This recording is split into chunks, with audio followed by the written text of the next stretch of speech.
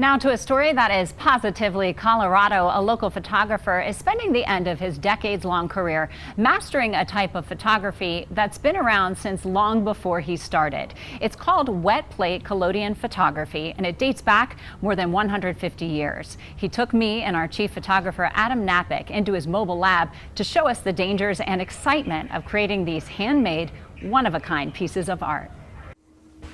See it? To go from this to this is a lot of hard work. And I'm going to get my collodion opened up, and I'm going to get my pour bottle opened up here. And inside the mobile lab Don Jones has for his wet plate photography, it can get dangerous. Okay. We use about 20 different chemicals in that whole process between the collodion, the developer, the varnish. So I'm going to start with an aluma plate. This is aluminum, and this is basically like a tin type. He only has a few minutes in his lab to get it right. Get my collodion opened up, and I'm going to get my pour bottle opened up here.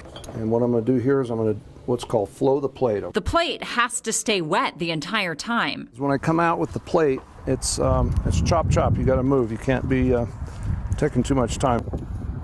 He hurries outside towards his vintage 1890 lens. Oh, 1001, 1002, 1003. Got it. And heads back to the lab. Okay, now we have an exposed plate like this, and I'm going to come over here. I got my little technique I've got, and it's going to go like this.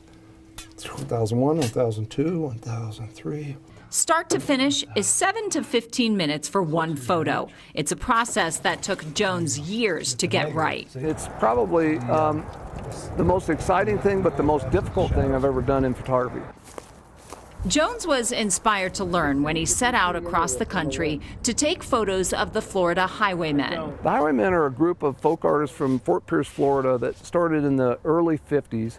Because of the Jim Crow laws, they weren't allowed to really go to education beyond high school. They weren't allowed to go to college. So they were encouraged by their high school art teacher to form a group and study art amongst themselves. He was determined to capture their images in a way that could one day be displayed in museums. And I wanted the aesthetic to match their characteristic and what they meant to the art world. And whether he's photographing people or places, he says the result speaks for itself. Man, it's really wonderful to connect with your subject, be able to photograph your subject with an aesthetic like a wet plate that brings out their soul, brings out their character, and is so unique, and it's museum quality, very desirable, and not a ton of people doing it because it's very difficult.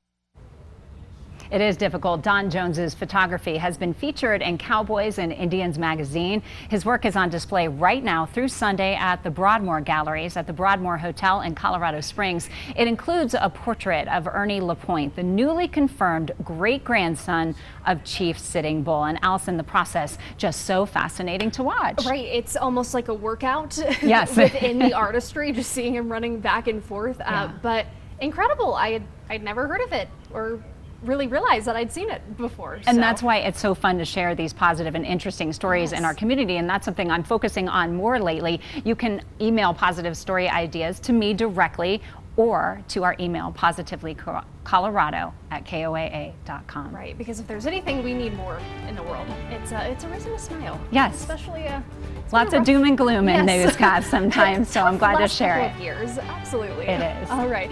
Well, thank you. We'll be right back.